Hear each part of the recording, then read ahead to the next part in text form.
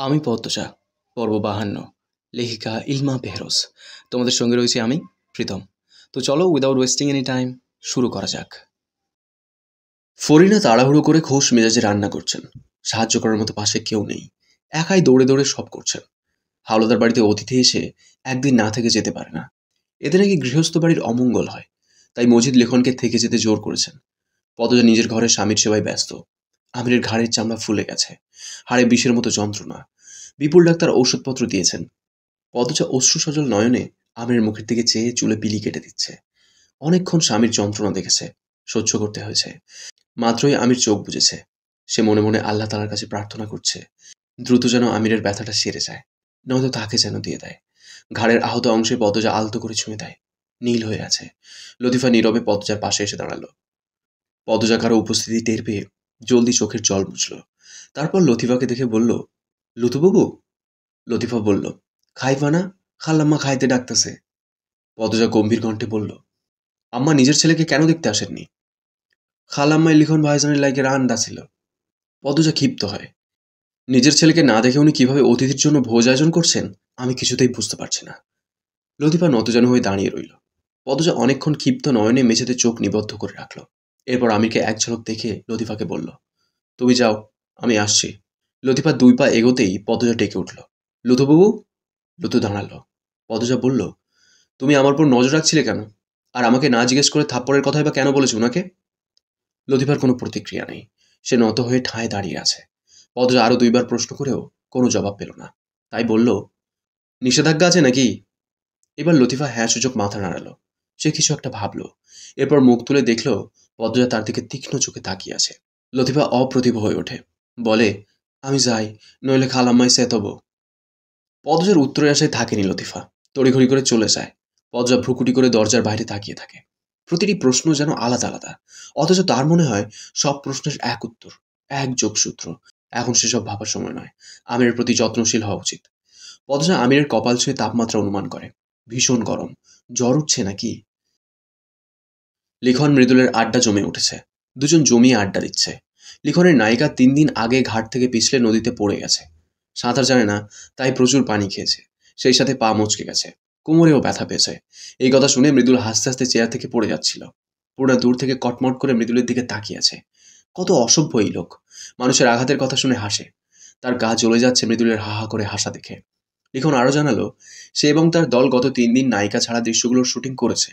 বাকি যা দৃশ্য আছে সবকিছুতে নায়িকার উপস্থিতি থাকতেই হবে। তাই আপাতত শুটিং স্থগিত আছে। আশা করা যাচ্ছে 3-4 দিনের মধ্যে নায়িকা সুস্থ হয়ে যাবে। পূর্ণাকে দূরে বসে থাকতে দেখে লিখন ডাকলো। পূর্ণা খুশিতে গদগদ হয়ে দৌড়ে আসে। ঘন্টা 2 আগে একটু কথা হয়েছিল, আর হয়নি।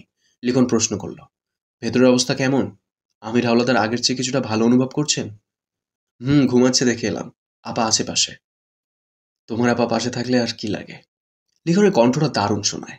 পূর্ণা প্রসঙ্গ পাল্টে বলল, ভাইয়া, আপনি কিন্তু আমাদের বাড়িতে যাবেন। তখন বললাম, কিছুই বললেন না। আচ্ছা, যাব। প্রান্ত অনেক খুশি হবে। প্রান্ত যেন কে? আমার ভাই। ওই যে খুন। মনে পড়ছে। কি যেন নাম ছিল? মুন্না বা এরকম কিছু নাম ছিল না? জি ভাইয়া। সবাই কত বড় হয়ে গেছে। পড়াশুনো আর করনি কেন? পূর্ণা বাম হাত চুলকাতে চুলকাতে বলল, মেট্রিক ফেল করাতে আর পড়তে ইচ্ছে করেনি। মৃদুল ভূত দেখার মতো চমকে উঠে বলল, তুমিও মেট্রিক ফেল? পূর্ণা আশ্চর্য হয়ে জানতে চাইল, কেন? আরও কেউ আছে এখানে? মৃদুল মুচকি হেসে চুল ঠিক করতে করতে চমৎকার করে বলল, আমিও মেট্রিক ফেল। মৃদুলের কথা শুনে লিখন সশব্দে হেসে উঠল। পূর্ণা সরু চোখে তাকিয়ে আছে মৃদুলের দিকে। মজা করলো নাকি সত্য বলল? লিখন ঠোঁটে হাসি ধরে রেখে বলল, মৃদুল, মজা করছো নাকি সত্যি? মৃদুল গুরুতর ভঙ্গিতে বলল, আচ্ছা, মিথ্যে কইতে যাবো কেন? এতে আমার লাভটা কি? মৃদুলের ভঙ্গি দেখে লিখন চারপাশ কাঁপিয়ে হাসল। সাথে তাল মিলালো পূর্ণা ও মৃদুল। লিখন আগের চেয়েও সুন্দর হয়েছে। দেখতে কত ভালো দেখাচ্ছে। কি অপূর্ব মুখ, বলিষ্ঠ শরীর। পূর্ণার কেন জানি আজও মনে হচ্ছে লিখনের পাশেই পদ্মজাকে মানায় বেশি। পরক্ষণেই পূর্ণা নিজেকে শাসালো। চুপ থাক পূর্ণা। আমির ভাইয়ের মতো ভালো মানুষ দুটো নেই।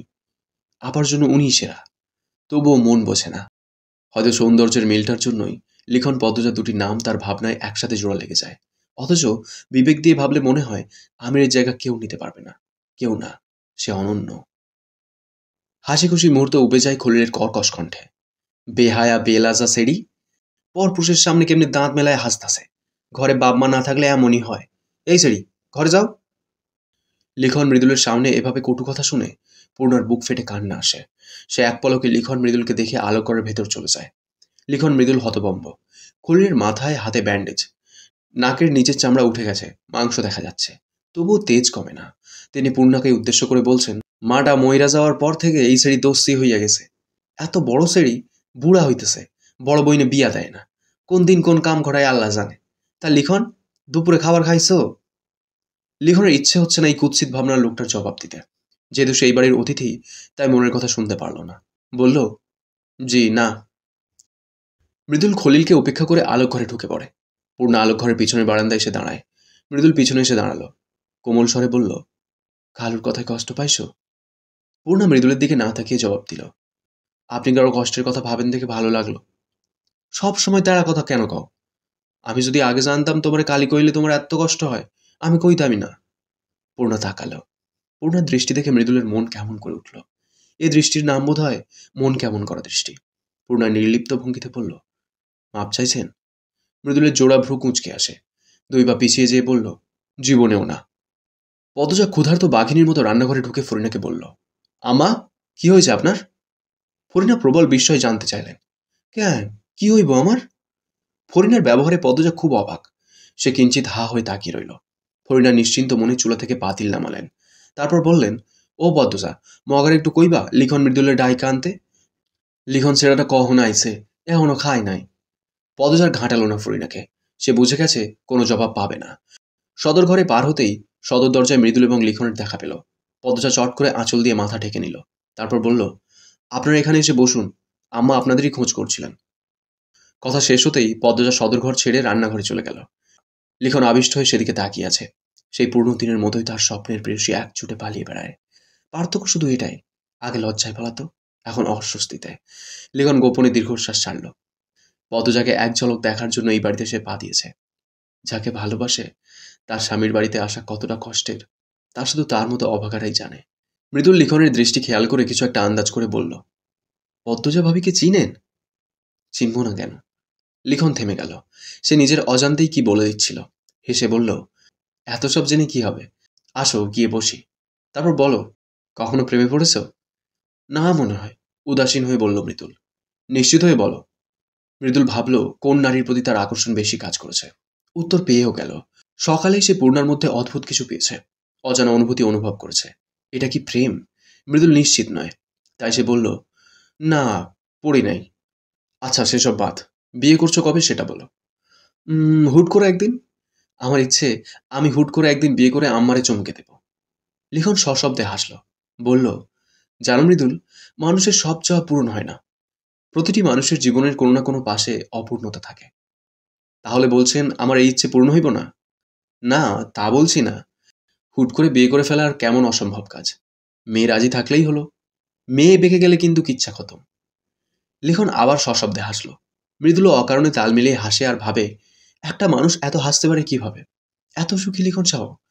সে তো আর জানে না দুঃখীরা পাহাড় সমান কষ্ট লুকোয় হাসির আড়ালে। আস্তে আস্তে বাড়ির সবাই আসে, আমির ছাড়া। রিদওয়ান খলিল এত শান্তভাবে আছে যে মনেই হচ্ছে না সকালে এত বড় ঘটনা ঘটে গেছে। বাড়ির মহিলারা দৌড়ে দৌড়ে খাবার পরিবেশন করছে। পদজা খুব অবাক হয়ে প্রতিটি মানুষকে পর্যবেক্ষণ করছে। লিখনও এতে কম অবাক হয়নি। কত শান্ত পরিবেশ। ঝগড়ার পর মান অভিমান তর্ক বিতর্ক থাকে, সেসব কিছুই নেই। পদ্মজা সবার সামনে আলাদা প্লেটে খাবার নিয়ে ফরিনাকে বলল, আম্মা, আমি ওনার জন্য খাবার নিয়ে যাচ্ছি, ঘুম ভেঙেছে হয়তো। পদ্মজা সিঁড়ি ভেঙে উপরে উঠছে। লিখন সেদিকে আর চোখে তাকিয়ে আছে। পদ্মজার হাঁটার ছন্দ দৃপ্ত ও সাবলীল। মাথায় শাড়ির আঁচলে ঘোমটা টানা। স্বামীর জন্য খাবার নিয়ে যাচ্ছে। এই স্বামীটা কি সে হতে পারতো না? এতটাই অযোগ্য ছিল? অযোগ্য নাকি নিয়তির খেলা? কেন ভোলা যায় না এই নারীকে? লিখনের বোন লিপি আর পদ্মজা একই ক্যাম্পাসের হওয়া সত্ত্বেও লিখন কখনো পদ্মজার সামনে এসে দাঁড়ায়নি। পদ্মজার অস্বস্তি হবে ভেবে। সে পদ্মজার চোখে ভালোবাসা দেখতে চায়, বিব্রত ভাব বা অস্বস্তি দেখতে চায় না। এই যে বড় যন্ত্রণার, এতদিনেও বুকের ভেতর কিভাবে পুষে আছে একপাক্ষিক ভালোবাসা। কোনোভাবে কি এই ভালোবাসা পূর্ণতা পাবে? আসবে কি সেই সুদিন? লিখনের শুষ্ক চক্ষু সজল হয়ে ওঠে। সে ভাবতে পারে না পদ্মজা বিবাহিত। লিখনের সম্মুখ বরাবর মৃদুল ছিল। মৃদুল লিখনের প্রতিক্রিয়া দেখে অনেক কিছুই বুঝে নিল। নিশ্চিত হওয়া যাবে পূর্ণাকে জিজ্ঞাসা করলে। খাওয়া দাওয়া শেষ করে পূর্ণার সাথে কথা বলতে হবে। মৃদুল চারিদিকে চোখ বুলিয়ে পূর্ণাকে খোঁজে। পদ্মজা আমিরকে ধরে ধরে বসালো। ঘাড়ে প্রচণ্ড ব্যথা, টিকে থাকা যাচ্ছে না। রাগে কিড়মির করছে এখনো। পদ্মজা শান্ত করে, তারপর খাইয়ে দিল। খাওয়া শেষে আমির ম্লান হেসে বলল, লিখনের সাথে কথা হয়েছে? পদ্মজা নিষ্কম্প স্থির চোখে তাকালো। ওনার সাথে কেন কথা হতে যাবে আমার? উনি তো তোমার জন্যই এসেছেন। আপনাকে বলেছে? অন্য দরকারেও আসতে পারে। আমির হাসল, বলল, সে আজও তোমাকে পছন্দ করে, আশা করে তুমি তার কাছে যাবে। অসম্ভব, যা তা বলছেন আপনি। এসব বললে আমার খারাপ লাগে। পদ্মজা থামল। আমির মৃদু হাসছে। পদ্মজা আমিরের কোলে মাথা রেখে আদুরে কণ্ঠে বলল, আপনি জানেন না আপনাকে কত ভালোবাসি আমি আপনাকে ছাড়া এক মুহূর্ত ভাবতে পারি না। তাহলে বাচ্চার জন্য বিয়ে করতে বলো কেন? বন্ধা নারীর কত যন্ত্রণা, বুঝবেন না। আমাদের একটা মেয়ে হয়েছিল, আর হবে না, তাই বলি। হবে, আল্লাহ চাইলেই হবে।